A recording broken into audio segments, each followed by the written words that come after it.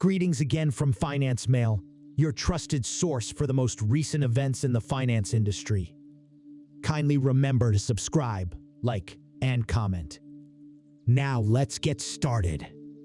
A widely used indicator of inflation, the Consumer Price Index rose by 0.1% in November and was 3.1% higher than a year earlier. The core CPI grew 0.3% this month and 4% over the previous year when volatile food and energy prices were excluded. Fuel oil prices dropped 2.7% and gasoline prices plummeted 6%, contributing to a 2.3% decline in energy prices that helped control inflation. The price of food went up by 0.2%. November saw a little increase in prices for a wide range of products and services, but overall they were in line with expectations, which relieved further pressure on the Federal Reserve. According to Labor Department data released on Tuesday, the Consumer Price Index, a widely monitored indicator of inflation, rose 0.1% in November and was 3.1% higher than a year earlier. The Dow Jones survey of economists had predicted a 3.1% annual rate and no growth. The annual rate continued to drop after reaching 3.2% a month earlier, even if the monthly rate suggested a recovery from the flat CPI reading in October. The core CPI grew 0.3% this month and 4% over the previous year when volatile food and energy prices were excluded. Both figures were consistent with projections and little altered from October.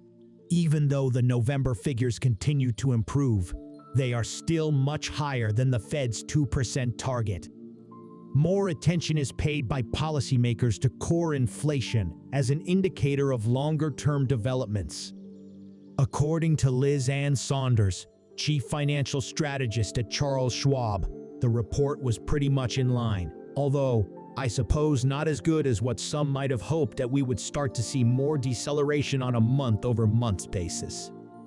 It is likely that the Fed will discuss how the ongoing deflation is positive news.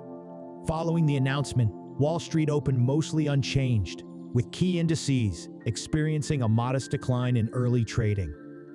Treasury yields began to rise.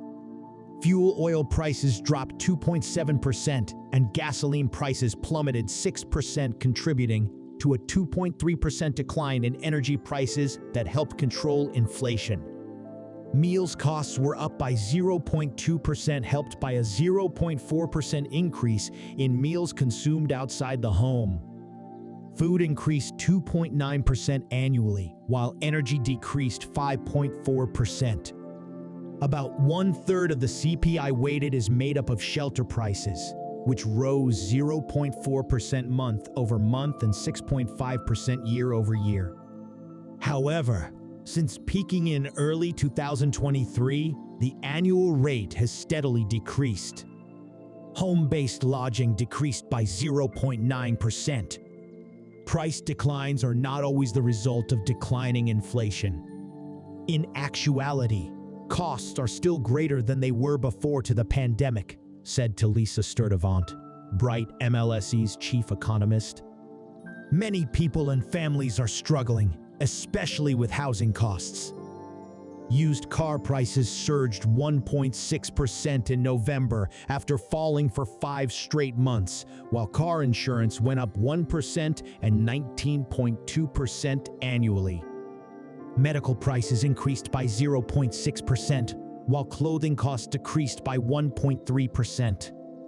According to a second announcement from the Labor Department, worker paychecks increased on an inflation-adjusted basis, with real average hourly earnings up by 0.2% this month and 0.8% over the previous year. The announcement coincides with the start of the Federal Reserve's 2-day policy meeting, during which it is anticipated that interest rates would remain unchanged for a third time. Markets are, however, paying closer attention to the Fed's future signals.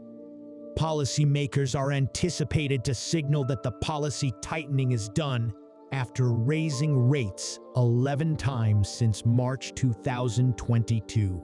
Cuts at a pace that has not yet been decided upon are likely to follow. After the announcement, futures prices kept indicating that there was almost no possibility of any more rate hikes, with the first cut most likely to occur in May.